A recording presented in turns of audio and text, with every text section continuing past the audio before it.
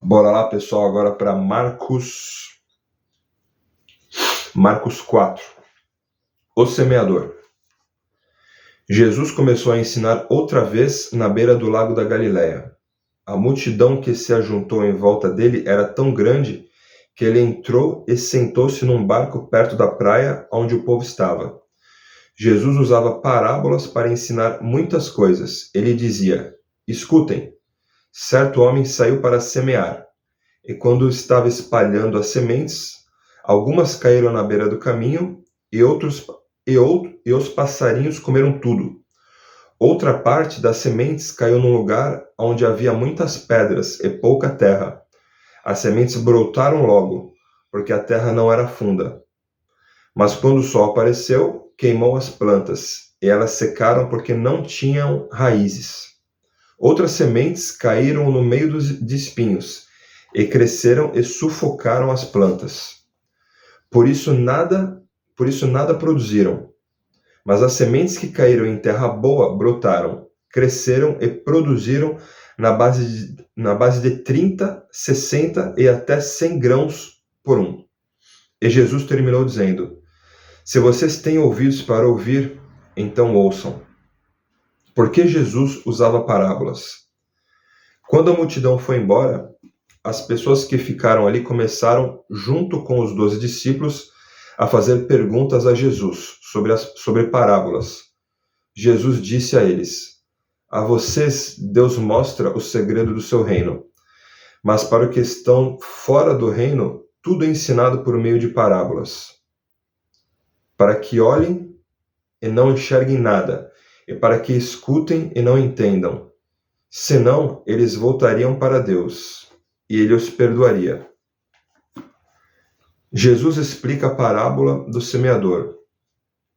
Então Jesus perguntou: Se vocês não entendem essa parábola, como vão entender as outras?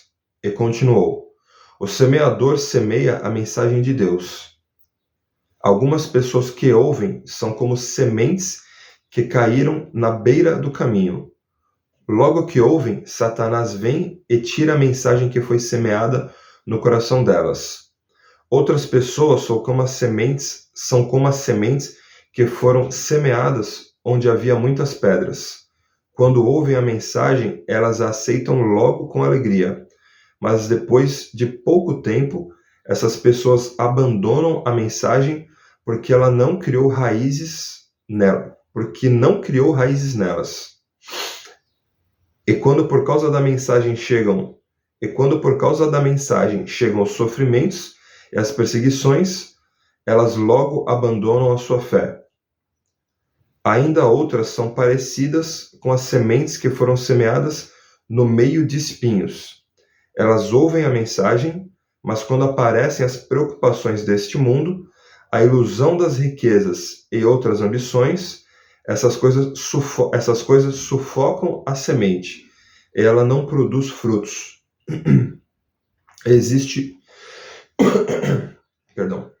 Existem aquelas pessoas que são como sementes que foram semeadas em terra boa. Elas ouvem e aceitam a mensagem e produzem uma grande colheita, umas 30, outras 60 e ainda outras 100 vezes mais do que foi semeado. A luz. Por acaso alguém acende uma lamparina para colocá-la debaixo de um cesto ou de uma cabana? Claro que não.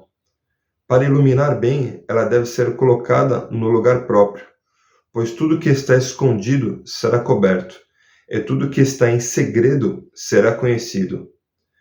Se vocês têm ouvidos para ouvir, então ouçam. Disse também: Cuidado com o que vocês ouvem.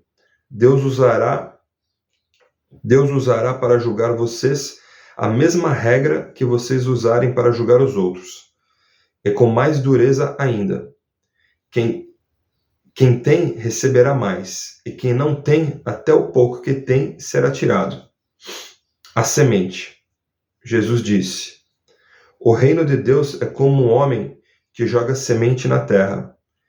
Quer ele esteja acordado, quer esteja dormindo, ela brota e cresce, sem sem ele saber como isso acontece.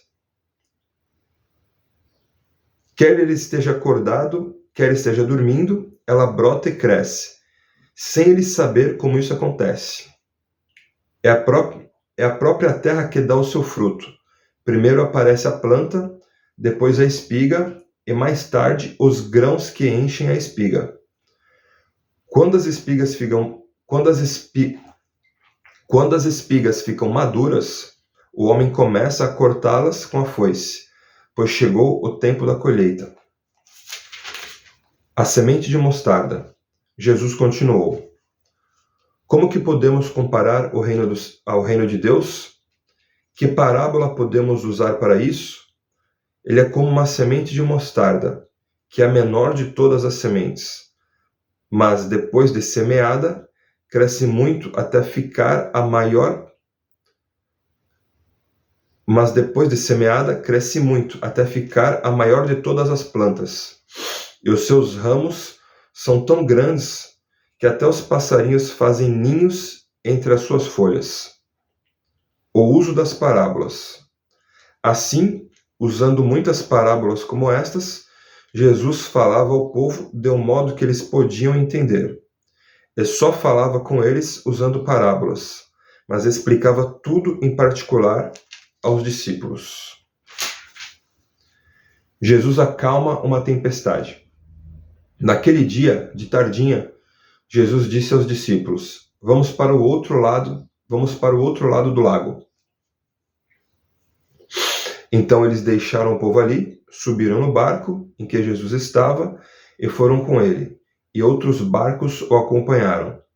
De repente, começou a soprar um vento muito forte, e as ondas rebentavam com tanta força em cima do barco que ele já estava ficando cheio de água. De repente começou a soprar um vento muito forte, e as ondas rebentavam com tanta força em cima do barco que ele já estava ficando cheio de água. Jesus estava dormindo na parte de trás do barco, com a cabeça numa almofada. Então os discípulos o acordaram e disseram: Mestre, nós vamos morrer. O senhor não se importa com isso? Então ele se levantou, falou duro com o vento e disse ao lago: Silêncio, fique quieto. O vento parou e tudo ficou calmo. Aí ele perguntou: por que vocês são assim tão medrosos? Vocês ainda não têm fé? E os discípulos, cheios de medo, diziam uns aos outros: que homem é esse que manda até no vento e nas ondas? Esse foi Marcos 4, pessoal. Marcos 4. A hora que eu estava lendo aqui, viajando, às vezes eu dou umas pausas e começo a lembrar de situações, começo a lembrar de outras partes da Bíblia aqui e muito engraçado, né? Jesus, Filho de Deus, né? Deus que lá no início, né? Lá em Gênesis, né? Que haja luz e tudo começou a se formar. E aqui, né?